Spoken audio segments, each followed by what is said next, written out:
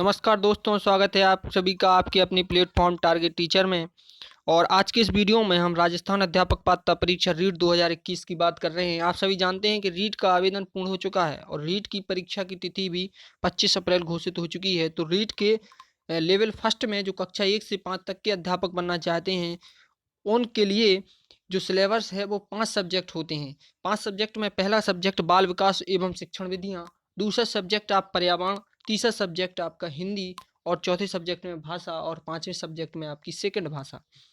तो आप सभी जानते हैं कि सभी 30-30 प्रश्न के 30-30 प्रश्न हर सब्जेक्ट से आते हैं। इस प्रकार 5 आपके विषय हैं तो 150 प्रश्न कुल हो जाते हैं। कोई भी नेगेटिव मार्किंग नहीं होती है। एक प्रश्न के लिए 1 अंक निर्धारित किया जाता है। तो हम बाल विकास को सिलेबस को स्पेशली देख रहे हैं और बाल विकास के सिलेबस को समझ रहे हैं कि इसमें क्या क्या हमें पढ़ना है। तो खंड पहले में बाल विकास का जो सिलेबस है वो 30 प्रश्न बाल विकास के आएंगे, जैसा कि हमने आपको पहले भी बताया है। तो इन 30 प्रश्नों में बाल विकास एवं शिक्षण विधियों के अंतर्गत हमें क्या क्या पढ़ना है देखिएगा। टॉपिक देखिएगा आप क्या क्या हैं। वृद्धि एवं विकास, बाल विकास के अंतर्गत वृद्धि और विकास की संकल्पना, विकास के विभिन्न आयाम एवं सिद्धांत।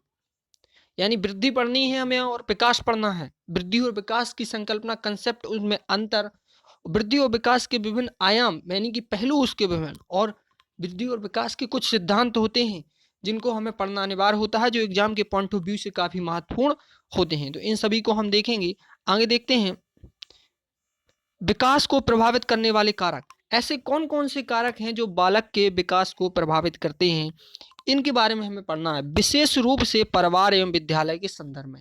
कौन कौन से ऐसे फैक्टर हैं जो बालक के विकास को प्रभावित करते हैं, उनके बारे में जानकारी लेंगे। एवं अधगम से उनका संबंध, और कहता है कि विकास का अधगम के साथ क्या संबंध है, यानी अधगम और विकास में संबंध क्या है, इस बारे में आपको पढ़ना है। अगला टॉपिक है वंशानुक्रम एवं वातावरण। देखिए, अभी ऊपर जो टॉपिक था कि विकास को प्रभावित करने वाले कारक, विकास को सर्वाधिक प्रभावित करता है वंशानुक्रम और वातावरण, आप सभी जानते हैं।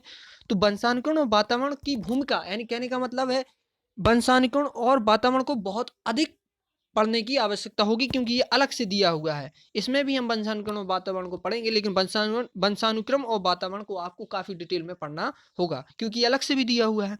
आगे देखते हैं व्यक्तिगत भिन्नताएं। व्यक्तिगत भिन्नताओं का अर्थ क्या होता है, व्यक्तिगत भिन्नताओं के प्रकार, व्यक्तिगत भिन्नताओं को प्रभावित करने वाले कारक, तो इसको देखेंगे हम। अगला है व्यक्तित्व। व्यक्तित्व यानी पर्सनालिटी। व्यक्तिगत भिन्नताएं, इंडिविजुअल डिफरेंस जिसे बोला जाता है, कि बालक, कहने का मतलब होता है कि प्रत्येक बालक एक सा नहीं होता है। व्यक्तिगत भिन्नता मतलब का अर्थ है हर बालक की आईक्यू, हर बालक का पढ़ने का तरीका, हर बालक के समझने का तरीका एक सा नहीं होता है। कोई बालक कम समझाने पर ही समझ लेता है, किसी को बहुत अधिक और कई विधियों से समझाना पड़ता है तब उसको समझ में आता है। तो ये व्यक्तिगत भिन्नताएं होती हैं जिनको हम इस चैप्टर में समझेंगे। इसके बाद व्यक्तित्व यानी पर्सनालिटी। किसी व्यक्ति का व्यक्तित्व किस प्रकार का होता है, बालक के व्यक्तित्व को समझना, उसकी पर्सनालिटी को समझना, संकल्पना, उसके प्रकार और व्यक्तित्व को प्रभावित करने वाले कारक, और व्यक्तित्व का मापन भी पढ़ना है आपको। दोस्तों, अगला टॉपिक है बुद्धि। बुद्धि एक महत्वपूर्ण टॉपिक है। बुद्धि एक महत्वपूर्ण टॉपिक है। तो बुद्धि का कंसेप्ट, बुद्धि बुद्धि की सिद्धांत, बुद्धि का मापन, बहुबुद्धि सिद्धांत, तो इनकी विशेषताएं, इनके बारे में हम, बहुत सारे बुद्धि के सिद्धांत हैं उनको भी पढ़ना होगा, क्योंकि बुद्धि यहाँ पर दिया हुआ है। चलिएगा, यहाँ तक ये कंसेप्ट होने के बाद ये जो पॉइंट, अगले पॉइंट आ रहे हैं, ये आते हैं हमारे समावेशी शिक्षा से। समावेशी शिक्षा के अंतर्गत हम ऐसे बालकों के बारे में पढ़ते हैं जो किसी न किसी रूप से प्रभावित होते हैं, या तो बहुत अधिक प्रतिभाशाली होते हैं या सृजनशील हो सकते हैं। ऐसा भी है नहीं है कि हम केवल प्रतिभाशाली और सृजनशील बालकों को पढ़ेंगे, हम उन बालकों को भी पढ़ेंगे जो पिछड़े, आर्थिक दृष्टि से पिछड़े हैं, जो सामाजिक दृष्टि से पिछड़े हुए होते हैं, जो किसी दिव्यांग होते हैं, जो किसी न किसी रूप से कह सकते हैं कि जो देख नहीं सकते हैं, या जो किसी का दिव्यांग बालकों के बारे में हमें पढ़ना होता है। कहने का मतलब है कि जो विशेष आवश्यकता वाले बच्चे एवं अधिगम अक्षमता युक्त बच्चे जो होते हैं, तो दिव्यांग बालकों के बारे में कि हम कैसे एक, अगर कोई बच्चा को कम दिखाई देता है तो हम कैसे उसको शिक्षित करेंगे। कोई बच्चा लिखने में असमर्थ है या लिख नहीं सकता है, उसकी कोई प्रॉब्लम है, तो उसको हम कैसे फेस करेंगे। तो इन सब चीज़ों के बारे में इस चैप्टर में हमें पढ़ना होता है। अगला आप देखिए अधगम। अधगम, अधगम का अर्थ एवं संकल्पना। आपको बता दें कि अधगम लर्निंग एक ऐसा चैप्टर है, अधिगम एक ऐसा चैप्टर है जो सर्वाधिक नंबरों में पूछा जाता है। अधिगम से आप ये समझिए कि 8 से 10 प्रश्न अधिगम से ही बन जाते हैं। अधिगम के अंतर्गत न केवल अधिगम आता है, बल्कि शिक्षण अधिगम के समस्त सिद्धांत जो व्यवहारिक रूप से उपयोग किए जाते हैं, जैसे कि थॉर्नडाइक, पावलोव, स्किनर, जीन पियाजे, वाइगोत्स्की, समस्त सिद्धांत इसमें आते हैं और हमें इनको पढ़ना पड़ता है और इन्हीं से ज़्यादातर प्रश्न बनते हैं। तो अधिगम एक महत्वपूर्ण सिद्धांत है। अधिगम की संकल्पना, अधिगम को प्रभावित करने वाले कारक, अधिगम के सिद्धांत, विभिन्न सिद्धांत, बच्चे कैसे सीखते हैं, अधिगम की प्रक्रियाएं, चिंतन, कल्पना और तर्क विशेष रूप से दिया हुआ है। चिंतन, कल्पना और तर्क, अभिप्रेरणा, मोटिवेशन एकदम मोटिवेशन बहुत ही महत्वपूर्ण टॉपिक है, तो मोटिवेशन को भी हम यहाँ पढ़ेंगे।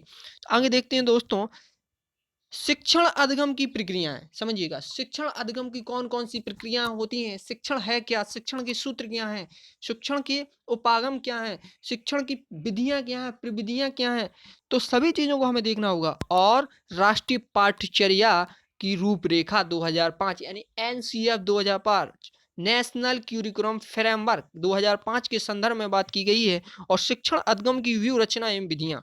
आगे देखिए, आकलन, मापन एवं मूल्यांकन। आकलन यानी कि मूल्यांकन और मापन की बात की गई है। मूल्यांकन और मापन को हमें पढ़ना है, सतत एवं समग्र मूल्यांकन को हमें पढ़ना है, उपलब्धि परीक्षण और सीखने के प्रतिफल, क्रियात्मक अनुसंधान और शिक्षा का अधिकार अधिनियम 2009, वेरी वेरी मोस्ट इंपोर्टेंट, शिक्षा का अधिकार 2009, आरटी 2009 हमें डिटेल्स में पढ़ना होगा। इसी के साथ दोस्तों ये बाल विकास का सिलेबस खत्म हो जाता है। तो एक बार आप इस सिलेबस को देख लीजिएगा और इन्हीं बारे में हम एक एक करके इनको समझेंगे और सीखेंगे, क्योंकि हमारे एग्ज़ाम की डेट फिक्स है। तो दोस्तों वीडियो को लाइक कीजिएगा और चैनल को सब्सक्राइब कीजिएगा और बेल आइकन को दबा लीजिएगा, ताकि आने वाले नए वीडियो का नोटिफिकेशन आपके पास समय से पहुंचता रहे। थैंक यू दोस्तों, धन्यवाद।